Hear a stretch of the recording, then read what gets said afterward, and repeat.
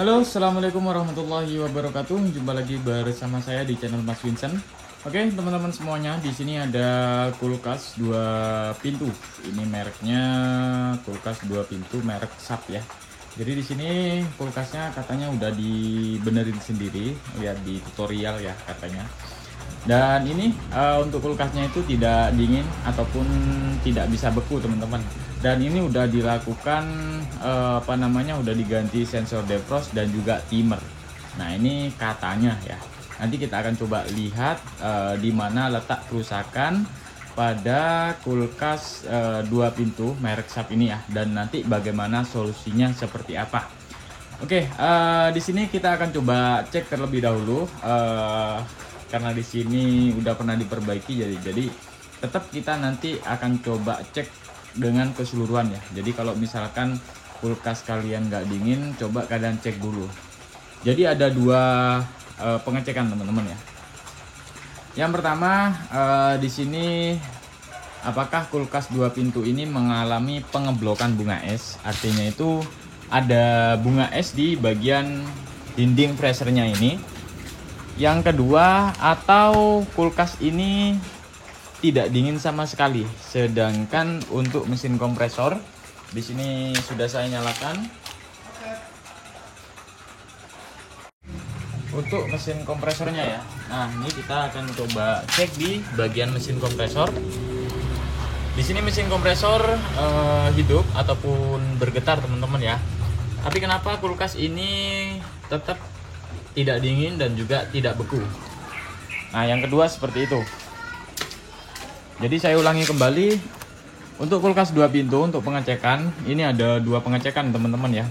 Apakah kulkas kalian itu mengalami pengeblokan bunga es atau tidak? Kemudian yang kedua, kulkas kalian tidak dingin sama sekali.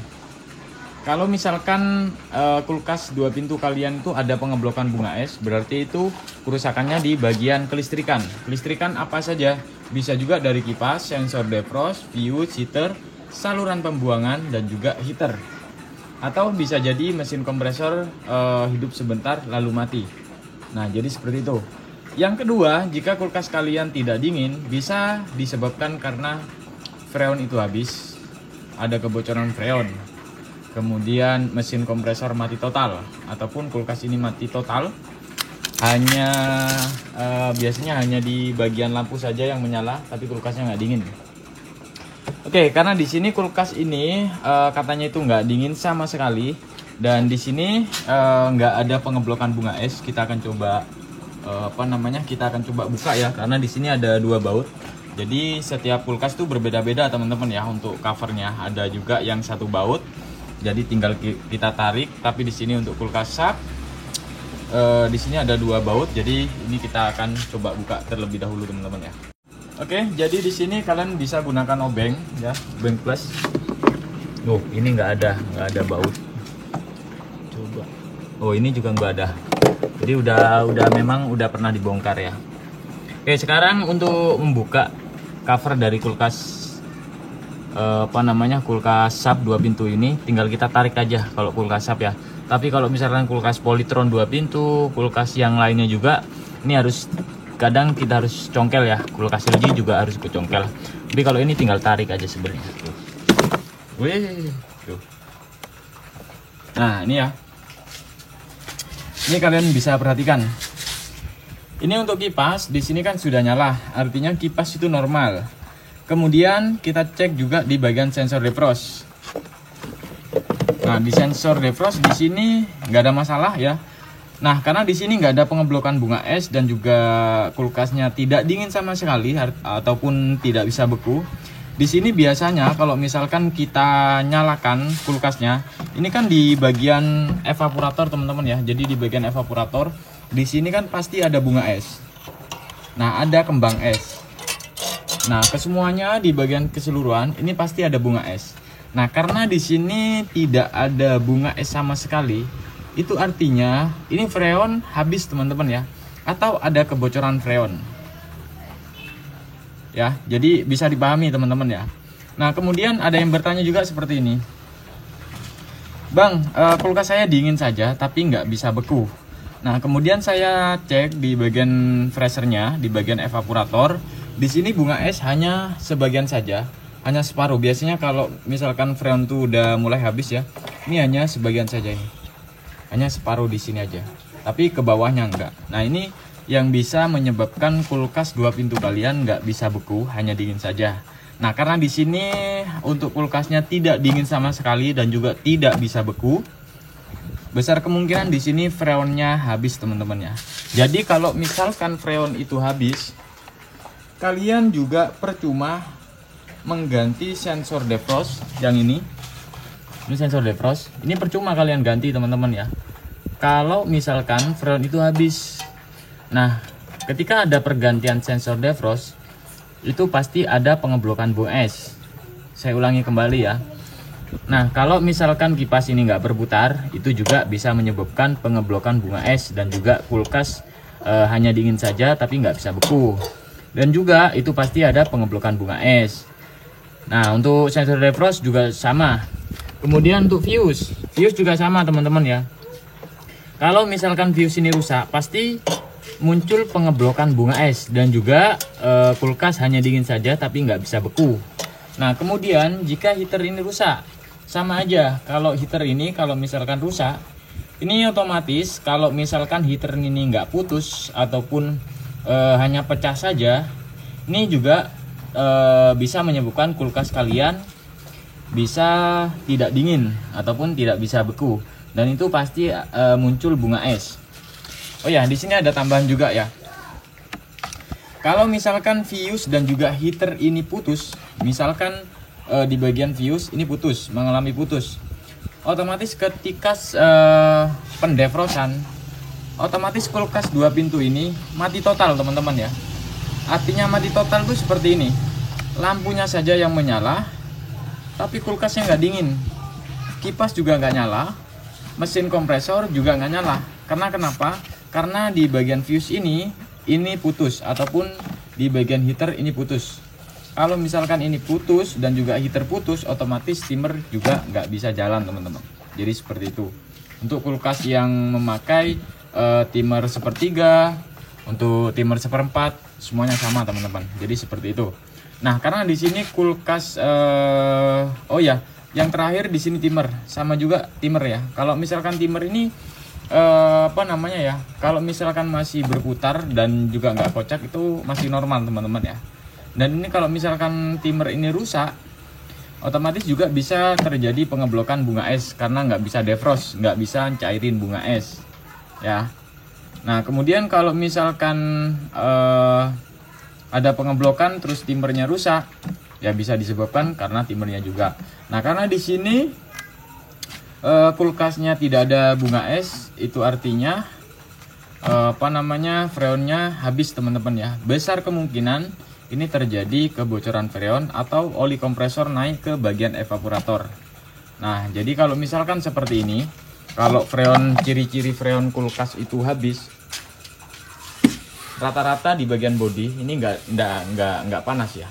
Biasanya kan kalau kulkas yang normal itu di bagian bodi ataupun di bagian bodi belakang kulkas itu terasa panas, apalagi di bagian sini, di bawah, di bagian depan sini. Ini pasti panas teman-teman. Nah, itu artinya normal. Kalau misalkan nggak dingin, nggak panas, dingin, bisa juga karena freon habis. Ya, bisa juga karena mesin kompresor mati. Jadi tadi udah kita cek untuk mesin kompresornya itu kan hidup. Itu artinya di sini freonnya habis teman-teman ya. Nah, solusinya seperti apa ketika kulkas 2 pintu ini udah tidak dingin ataupun tidak bisa beku?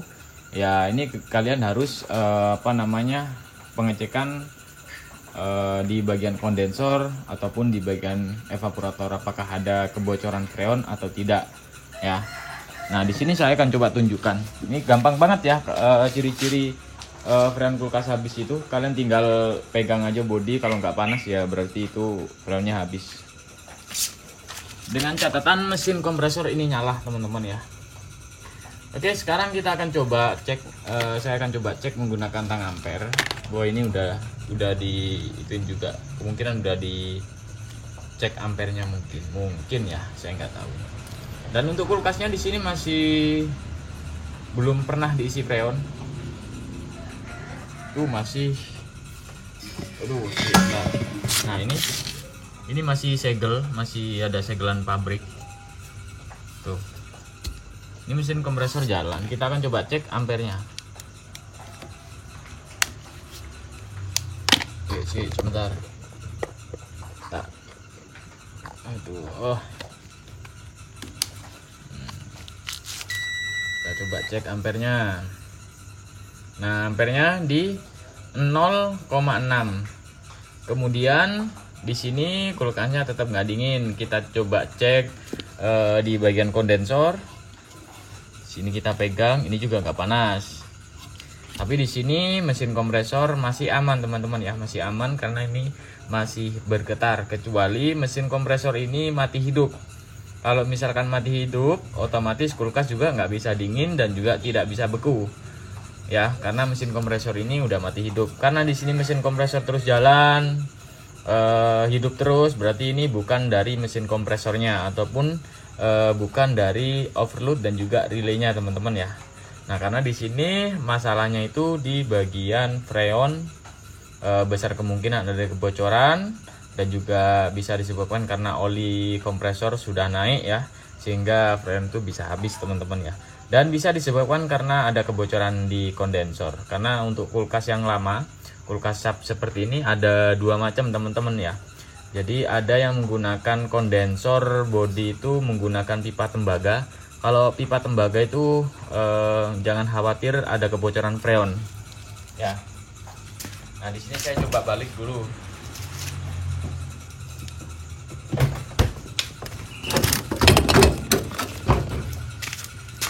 Saya coba balik ya, jadi supaya kalian ngerti juga. Jadi kalau misalkan kulkas lama ya, kulkas lama itu di bagian bodi kulkas, di bagian bodi sini, ini kan tembaga teman-teman ya, dari mesin kompresor ini tembaga, kemudian lanjut ke bagian bodi kulkas, ini besi. Nah, ini yang besi ini biasanya menyebabkan ada kebocoran ataupun ada korosi di bagian pipa kondensor, sehingga freon itu bisa habis teman-teman. Kalau yang lama, ada juga yang lama itu full tembaga teman-teman ya. Kalau misalkan full tembaga ya jarang banget ada kebocoran di bagian kondensor. Rata-rata kita flashing, kita bersihkan, baru isi freon kembali, itu sudah dingin kembali teman-teman. Jadi seperti itu. Ya, karena di sini kerusakan itu letaknya di bagian freon kulkas. Jadi ini harus kita cek ya apakah ada kebocoran atau tidak. Nanti saya akan coba buatkan videonya bagaimana caranya, karena di sini udah sore hari ya. Mungkin kita lanjut besok teman-teman ya, kita coba lanjut besok, kita lakukan pengepresan di bagian jalur kondensor. Nah, untuk pengepresan sendiri kita kan menggunakan tekanan 300 psi teman-teman ya. 300 psi ini kadang-kadang dia turunnya sedikit. Ini besar kemungkinan ada juga dari manifold yang rembes sedikit, bisa juga seperti itu. Ini apa ya, kalau bocor halus tuh kita susah deteksi teman-teman ya. Rata-rata ya kalau udah pemakaian lama udah kayak gini, itu rata-rata saya langsung ganti kondensor. Tapi kalau misalkan orangnya nggak mau ganti kondensor ya kita flashing aja ya. Kita syukur-syukur hanya cukup di flashing aja, kemudian isi freon kembali, filter ganti, itu sudah cukup teman-teman ya. Tapi saya sarankan kalau misalkan seperti ini kan udah kulkas lama, udah puluhan tahun, itu saya sarankan ganti kondensor supaya kulkas ini bisa awet kembali. Jadi seperti itu. Dan ini aja udah propos tuh. Oke, ya mungkin itu aja untuk video tutorial kali ini. Semoga video ini bisa bermanfaat, dan jika teman-teman ada pertanyaan silahkan tulis di kolom komentar. Dan saya mohon maaf untuk komentar-komentar di akhir hari ini. Memang sebagian belum ada yang saya jawab teman-teman ya, karena udah banyak banget di kolom komentar. Jadi mungkin saya nggak bisa balas semuanya, dan kemungkinan saya saring untuk komentar-komentar yang benar-benar memang butuh jawaban teman-teman ya. Ya mungkin itu aja untuk video kali ini. Semoga video ini bisa bermanfaat. Jangan lupa untuk like, share, dan subscribe. Wassalamualaikum warahmatullahi wabarakatuh. Sampai jumpa di video selanjutnya.